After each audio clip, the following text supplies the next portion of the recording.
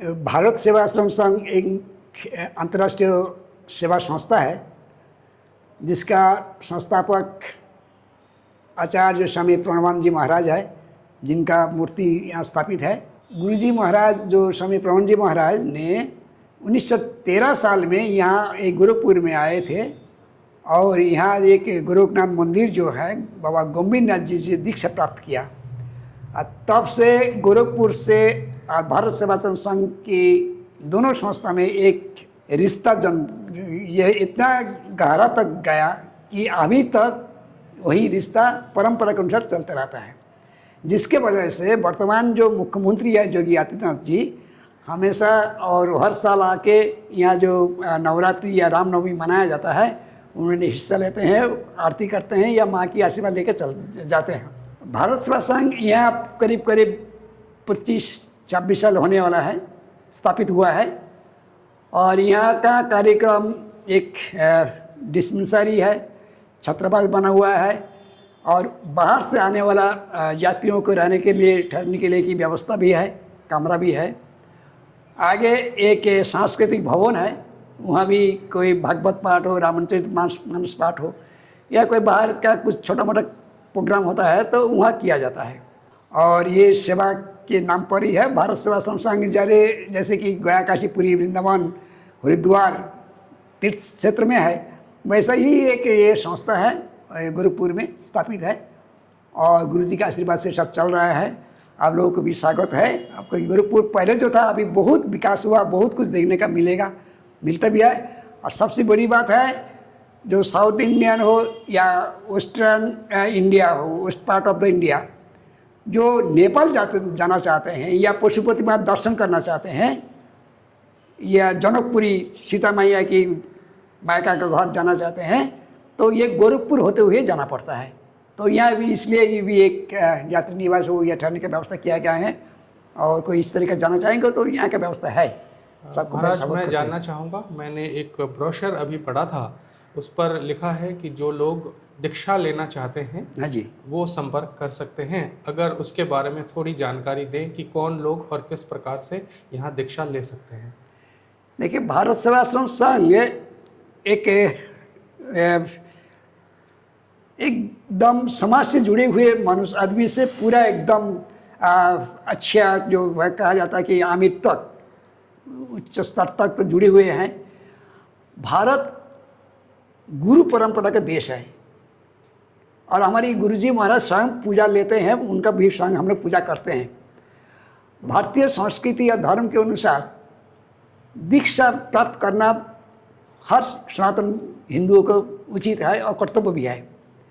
तो उसी परंपरा को मानते हुए हम लोग जो वार्षिक उत्सव है, ये जो रामनवमी मनाया जाता है, इसी में हमारे गुरु जी को लाते हैं और समाज के कोई भाषा का कोई छोटा मोटा विचार नहीं करते हुए सबसे मंत्र दिया जाता है कि वो आध्यात्मिक उन्नति कर सके, हमारे सनातन धर्म के बारे में या राम कृष्ण और शिव जी के बारे में, माता जियों के बारे में सब जाने, सीखे और हिंदू सनातन धर्म को परंपरा को बढ़ाते रहे, उसका मान कर चलते रहे।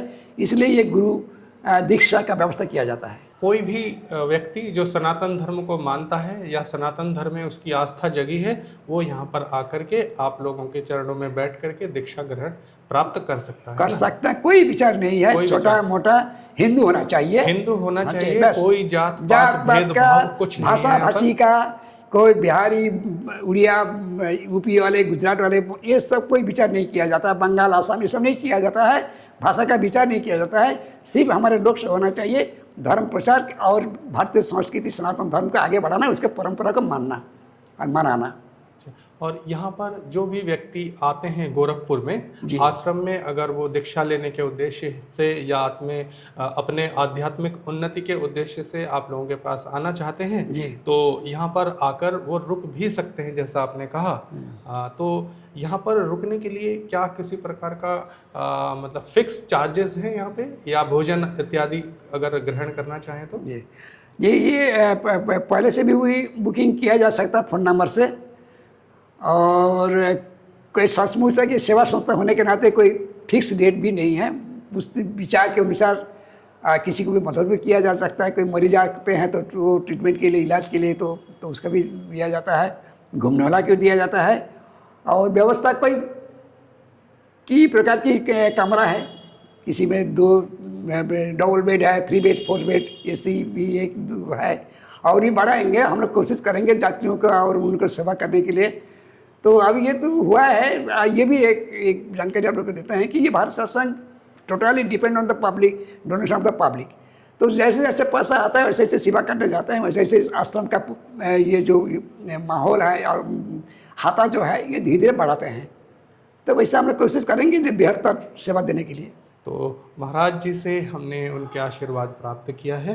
महाराज जी से मैं अनुरोध करूंगा, जो यहाँ पर कुछ हमने प्रतिमाएं और जो मुख्य व्यक्तित्व हैं उनके बारे में थोड़ा सा उनका परिचय प्राप्त करें। तो महाराज जी, मुझे यहाँ पर जो उपस्थित ये दिव्य प्रतिमाएं हैं उनके बारे में थोड़ी जानकारी हमें हमारे दर्शकों के उद्देश्य में दीजिएगा। ये जो मंदिर के बीच में जो जिनका आश्रम स्थापित है और इनका 3 टाइम हम लोग पूजा आरती भी करते हैं, ये इनका नाम जुगाचार्य श्रीमद स्वामी प्रणवानंद जी महाराज, ये भारत सेवा संघ का संस्थापक है। 1917 में ये संस्था स्थापित हुआ था और उन्होंने 1913 में यहीं आए थे, यहाँ दीक्षा साधन प्राप्त किया था। इन्होंने हिंदू समाज को संगठित करने के लिए और धर्म प्रचार करने के लिए साथ साथ सेवा, जैसे कि बाढ़, भूकंप, तूफान आदि प्राकृतिक दुर्योग में, या हॉस्टल, अस्पताल, स्कूल, कॉलेज के शिक्षा के बारे में सेवा के माध्यम से जैसे धर्म और कर्म जोड़ कर रहते हैं, तो इसी के दोनों जोड़ करके ये भारत सेवा संघ तैयार हुआ है। और ये भारत सेवा संस्था का इन्होंने स्थापन किया था, प्रतिष्ठा किया था। इसलिए प्रतिष्ठाता और संस्थापक यही हैं स्वामी प्रणवानंद जी महाराज। आज उनके शिव जी का अवतार है, इसलिए हम लोग उनका वो शिव के अवतार में पूजा पाठ करते हैं। 3 टाइम पूजा पाठ किया जाता है, प्रार्थना किया जाता है, आशीर्वाद प्राप्त करते हैं। और उनकी आशीर्वाद से ही पूरा भारत तथा बहिर्भारत में जितने शाखाएँ हैं, भक्त हैं, शिष्य हैं, उनका आशीर्वाद में सब चलते हैं, चलाते भी हैं। जब समय अनुकूल हो तो आशीर्वाद बड़े लोगों का मिलता है।